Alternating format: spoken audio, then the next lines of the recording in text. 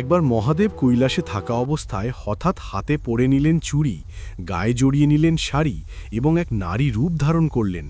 এই দেখে মাতা পার্বতী বিস্ময়ের সাথে বললেন, হে মহাদেব, এ আপনি কি করছেন? মহাদেব তখন অবাক করার মতো কাহিনী বললেন। কি ছিল সেই কাহিনী, চলুন জেনে নেওয়া যাক। এই কাহিনী হল তামিলনাড়ুর এক শিব ভক্ত নারীর, রত্নাবতীর। তিনি মহাদেবের পরম এবং একনিষ্ঠ ভক্ত ছিলেন। তিনি একসময় গর্ভবতী হলেন এবং দেখতে দেখতে তার সন্তান প্রসবেরও সময় চলে এলো।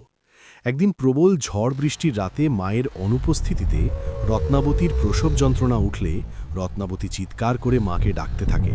কিন্তু তার মা দুর্যোগের কারণে নদীর ওপারে আটকে যায়, বাড়ি ফিরতে পারে না। প্রবল যন্ত্রণায় মাকে কাছে না পেয়ে রত্নাবতী মহাদেবকে ডাকতে থাকে এবং বলতে থাকে, হে মহাদেব, আমাকে রক্ষা করো। তার ডাক শুনে কৈলাসে মহাদেবের আসন কেঁপে ওঠে।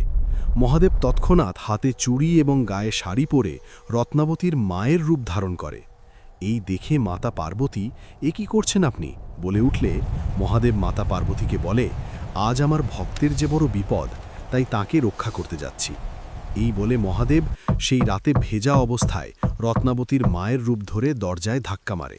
দরজা খুলতে বলে। রত্নাবতী দরজা খুলে দিলে মারূপী মহাদেব একজন অভিজ্ঞ দাইয়ের মতো রত্নাবতীর সন্তান প্রসব করায়। শুধু তাই নয়, তারপর রত্নাবতীর মাথা নিজের কোলে রেখে গান শোনাতে শোনাতে, হাত পাখা দিয়ে হাওয়া করতে করতে তাকে ঘুমও পাড়িয়ে দেয়। সকাল হলে রত্নাবতীর ঘুম ভাঙলে সে মাকে দেখতে পায় না, কিন্তু দেখে দুর্যোগ থেমে গেছে আর কেউ দরজা ধাক্কাচ্ছে। দরজা খুলতেই রত্নাবতী দেখে তার মা এসে তাকে বলছে, আমাকে ক্ষমা করে দিস না, কালকে রাতে আমি দুর্যোগে আটকে গিয়েছিলাম, তাই ফিরতে পারিনি। এই শুনে রত্নাবতী বলে, তাহলে সারা রাত আমার কাছে কে ছিল বিছানায়?